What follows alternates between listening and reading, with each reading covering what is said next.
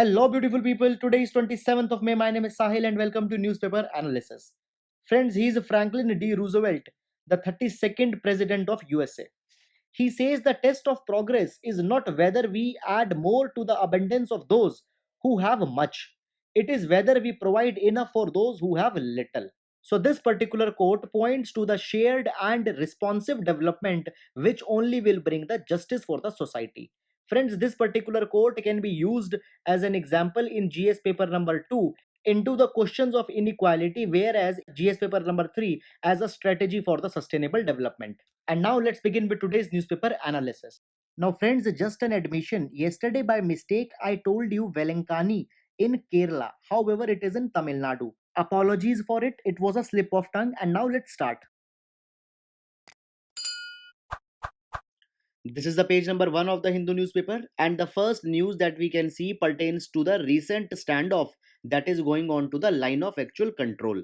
Now, so far, we had seen that the dispute between India and China has flared off because of the standoff between the two troops. The standoff was into the Sikkim, that is in Nakula Pass, as well as into the Ladakh. And into the yesterday's newspaper discussion, we had also seen that a new bone of contention is also coming, that is Galwan River Valley or Galwan Nala. Now, this particular region was not into the dispute, and it is a new angle which has been given by the China, and India had shown reservations for this particular thing also. Now, into the aftermath of all these discussions, a high level meeting has been held between the Prime Minister, National Security Advisor, Chief of Defense Staff, and the Service Chief from the Army, Navy, and Air Force. However, actual details of the meet are not out into the public domain. And now, after that, along with this meet, one more high level meet was held by the Defense Minister. Now, guys, this particular meet originally was scheduled to discuss recommendations of Shekatkar Committee on the defense services. However, seeing the exigencies of time, in place of discussion on Shekatkar Committee, rather the discussions on LAC were made. Now, friends, with respect to our exam, we will discuss that what exactly is the Shekatkar Committee. See, in 2016, then Defense Minister suggested that a committee on experts should be established, which will recommend as how the defense capabilities of the three forces can be enhanced. So, therefore, Shaketkar Committee came into existence. Now, this particular committee gave its report in December 2016. However, the complete report has not been made public due to the strategic reasons, but certain recommendations which have came into the public domain are these. First of all, the most important recommendation is that the expenditure of GDP onto the defense sector was to be enhanced to 2.5 to 3% of GDP. After that, emphasis was given onto the border infrastructure, and BRO, that is Border Road Organization, was asked to speed up the road construction into the border regions. Moreover, it was also said that wherever BRO is not able to do, outsourcing of the infrastructure to the other agencies should also be done. Then, thirdly, it was said that there is an urgent need that a joint services war college should be established for particularly the middle level officers. Then, fourthly, it was said that a military intelligence school which is operating in Pune should be converted into a tri services intelligence training establishment for the better synergy into the three forces. After that, it also suggested that non strategic ventures of military should also be closed. In this direction, it suggested closing of military farms and army postal establishments into the peace locations. After that, signal establishments were asked for the better optimization and to enhance their capabilities. In this respect, radio monitoring companies, core air support signal regiments, air formation signal regiments, so all of them, their capabilities were to be enhanced. And finally, there needs to be a redeployment and restructuring of various lower and middle level posts. So, guys, all these recommendations are those which have been made public, and government is working on these recommendations. So please remember Shaketkar for your defense reforms. Now, this particular news discusses the recent moratorium which was applied by WHO onto the hydroxychloroquine and what exactly it means for India. See, in order to meet the present crisis, we need urgent medications. Now, there could be two broadly types of medications. First of all, we can make the new drugs, or secondly, we can use the existing drugs, which is called as repurposing of drugs. Now, in urgent response, repurposing is preferred because all these drugs have already passed the clinical trials, and as they are being used, regulatory clearances will also not be that much of a hurdle. Wherever new drugs need to pass the all the stages of clinical trials, animal trials, regulatory clearances, therefore the task will be little bit delayed here.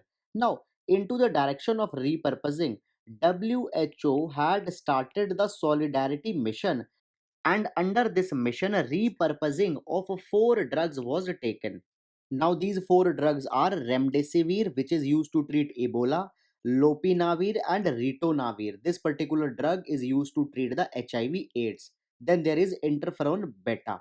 Now, guys, interferon beta will be used along with lopinavir and ritonavir, and it will singly will also be used. It is an anti-inflammatory drug.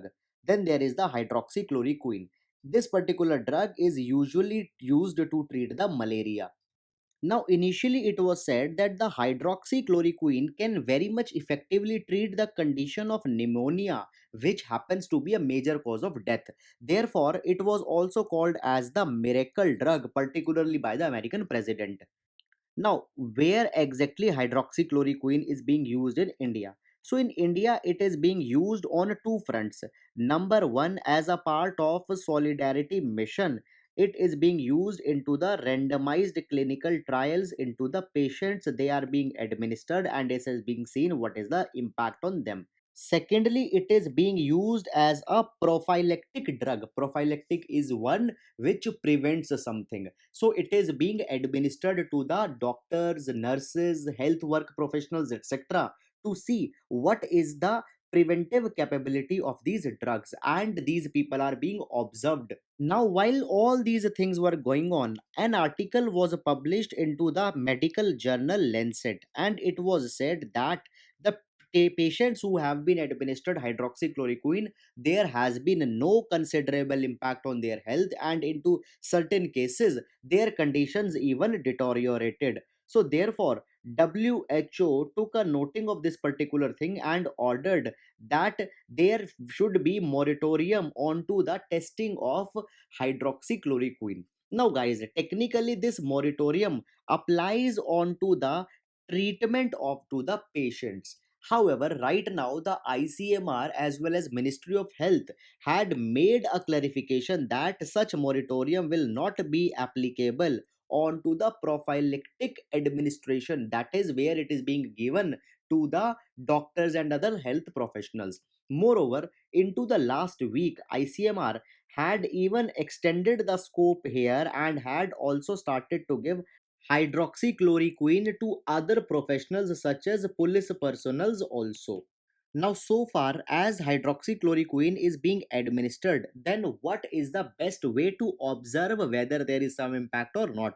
The best way is to observe through the random clinical trials.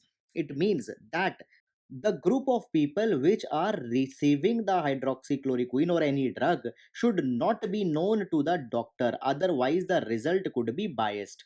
So friends, this is all about this entire issue. Now, one more thing, if you want to see the working of hydroxychloroquine or the science and tech angle of hydroxychloroquine on human body, then you can refer the newspaper discussion on 8th of April, where from the science and tech angle I had explained HCQ.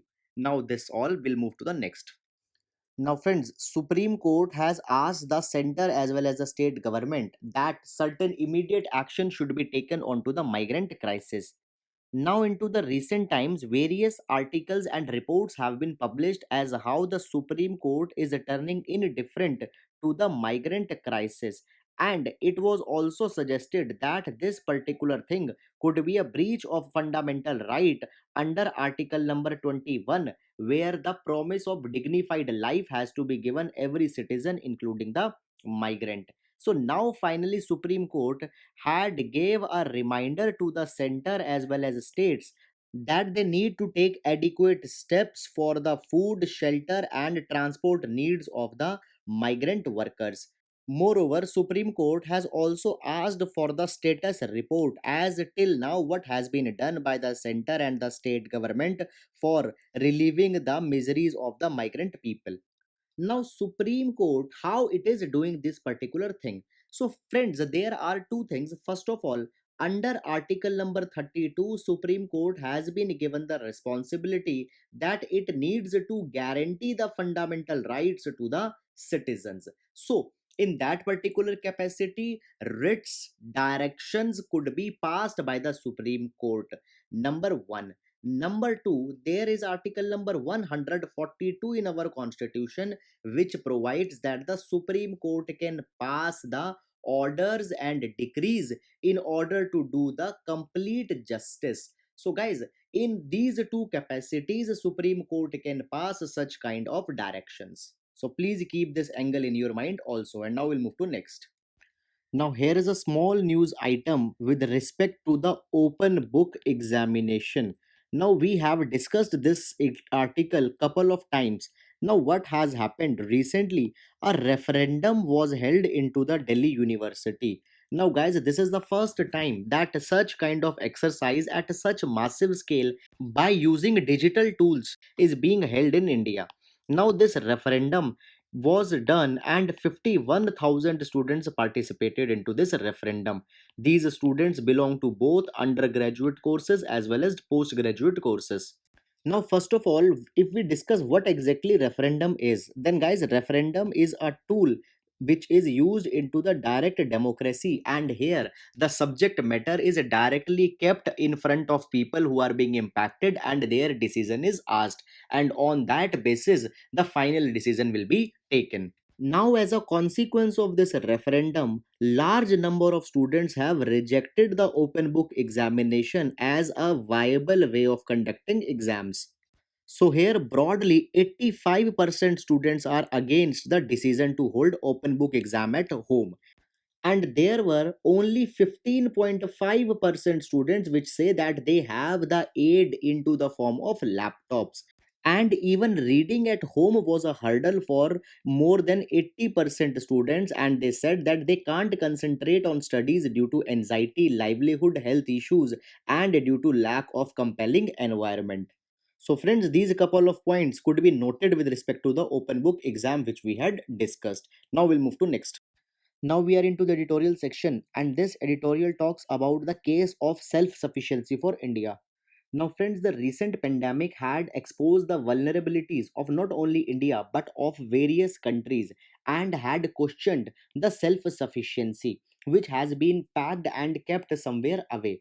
For so many years, countries have not talked about self sufficiency. The question comes why? The answer is because of the globalization related trends. Now, under the globalization related models, countries tend to become an island and they explored their capabilities in certain commodities or objects and were dependent for other commodities onto the other nations.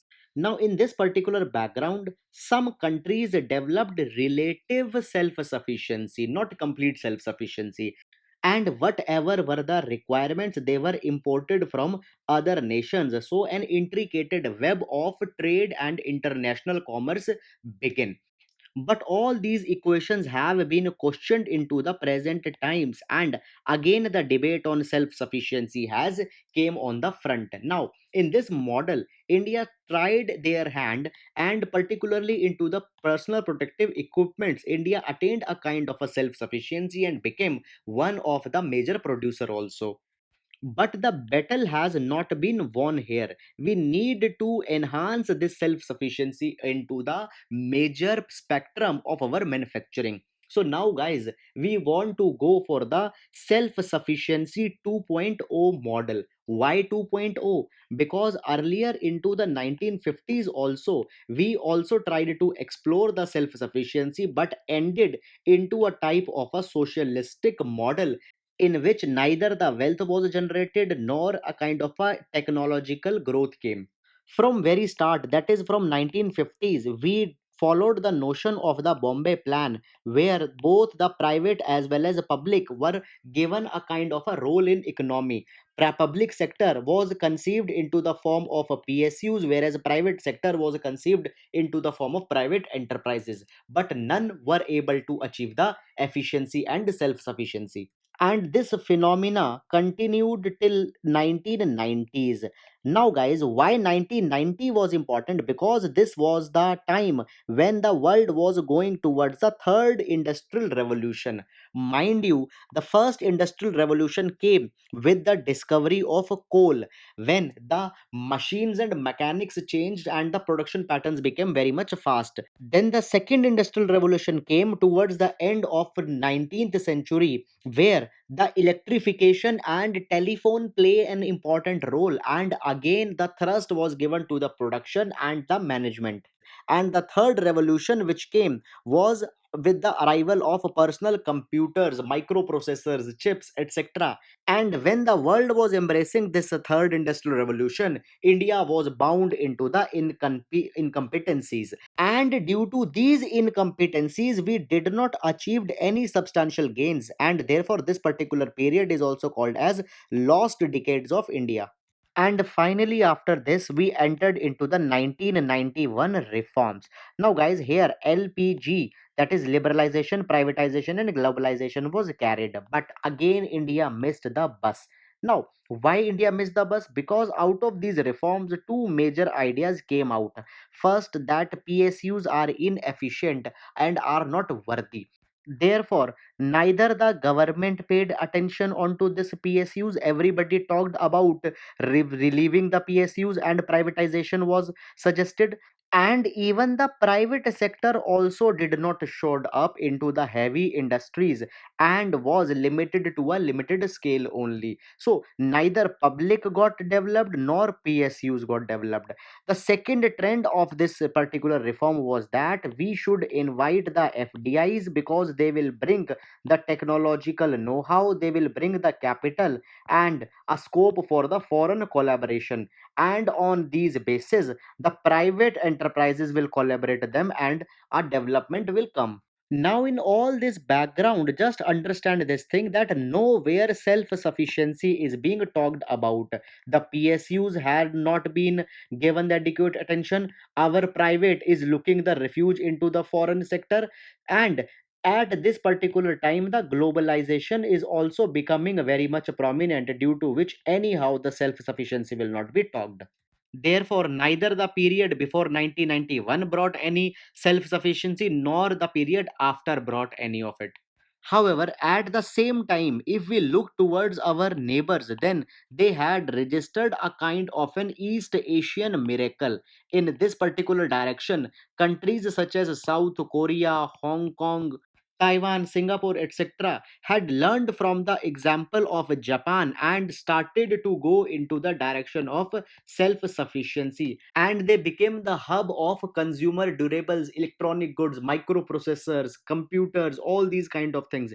And the most valuable lesson was learned by the China, where it started from the low end manufacturing and now today had become the high end manufacturer and the most suitable country for the AI and machine to machine learning.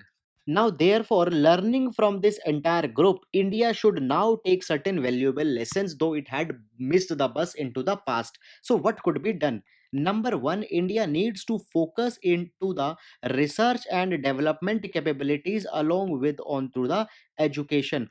Right now, the funding which is being provided to both of them is very much less than 1% of GDP. So, their funding needs to be enhanced so that world class research units can be made. Secondly, there are various areas where India can explore. For example, solar photovoltaic cells, artificial intelligence, robotics, automation, biotech, pharmaceuticals, And even in pharmaceuticals we have the largest generic manufacturing base also, so these things should be explored. Then thirdly, India had always been a victim of the brain drain, but now we need to turn it into the brain gain. Now we have Satyam Shivam Sundaram, that is Satya Nadella of Microsoft, Shiv Nadar of HCL, and Sundar Pichai of Alphabet and Google. All of them traces their roots to India, and by tapping such kind of demographic potential, India can gain much of the technological know-how. Moreover, the self-sufficiency not only into the technology and manufacturing is needed, but it is also needed into other things also. For example, food security of India. Therefore, right now there is also an adequate case for the reforms into the agricultural sectors also. For example, bringing reforms into the agricultural marketing, contract farming, the food patterns, diversification, etc. So friends, these all are the cases for the self sufficiency for India. So that's all about this, and now we'll move to next. Now, here's an article which talks about the need of bringing the procedural reforms into the court. Now, guys, we need three type of reforms into the court. Now, the first reform is pertaining to the resource. Two type of resource, that is the human resource as well as the physical resource. Now, guys, talking about human resource, then there is nearly 20% vacancies for the judges into the high court alone, and at the lower level it is even more worse, so more number of judges are required. Then if we talk about the physical resources, then the infrastructures such as courtrooms, chambers, more buildings are also needed. After that comes the technological reforms, where better court case management system and hearing system is needed, and therefore the need of the IT solutions is desired. And the third type of reform pertains to the procedural reforms. Now, guys, this particular article talks about the procedural reforms. Now, procedural reform pertains as how the court functions when it is into the practice. Now, in this particular direction, if we talk about the lower judiciary, then the substantial amount of time, that is 35 to 40% time, is wasted only in issuing the adjournments. Now, what happens many a times, all the documents or the filing of the case is not into the order, or due to the lack of certain evidences, just the lawyers come to seek for a next date, and here nothing concrete comes out. Moreover, time is also wasted. So guys, here in the court management system, only by using the existing infrastructure we can make such rules that the case will not be listed until all the documents and procedures are into the place, and for that particular thing the time to the advocate can also be given. Whereas the urgent appeal could be made into the cases where there is urgent intervention is needed, otherwise the reformed system will come in place. Now, as everyone will be given the notice to prepare their cases into the desired format, then on to the cyclical basis, every day nearly 15 to 20 cases only will turn, which are duly complied, and in this manner they will be listed out and will be dealt.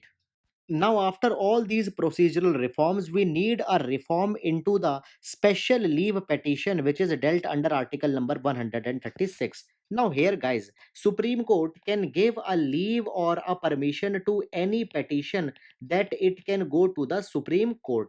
Now, these SLP petitions are so large in number that 60 to 70% of workload of Supreme Court is bundled with these type of petitions only, and large proportion of them are unmeaningful, and only 10 to 20% are there which have some substantial question of law.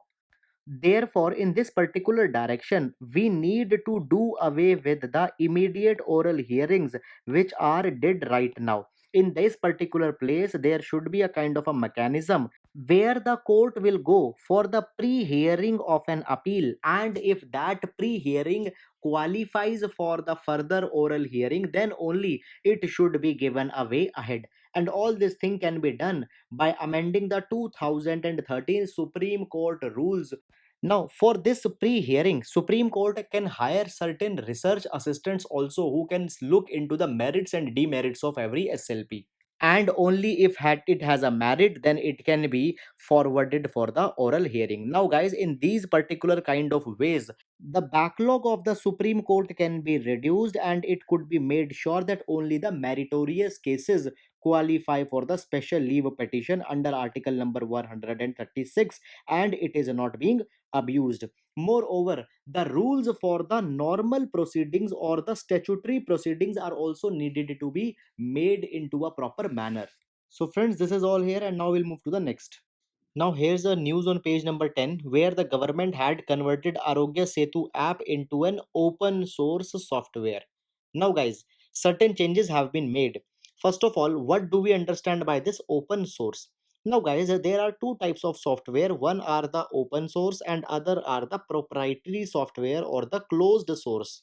Now, friends, open source are those where the original code of the software is freely available, and if anybody wants, then by agreeing to the general agreement, the person can also make the changes to enhance the user experience.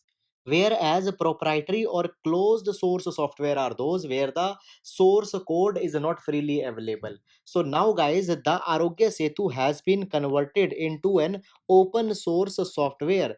Now this thing has been done because earlier Arogya Setu app was being criticized that there is a large anonymity and it might be hampering the privacy of individuals also. But now by offering it as an open source, all those apprehensions are partially reduced.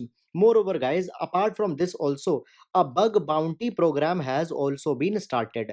Now these programs are very much popular into the platforms such as Facebook.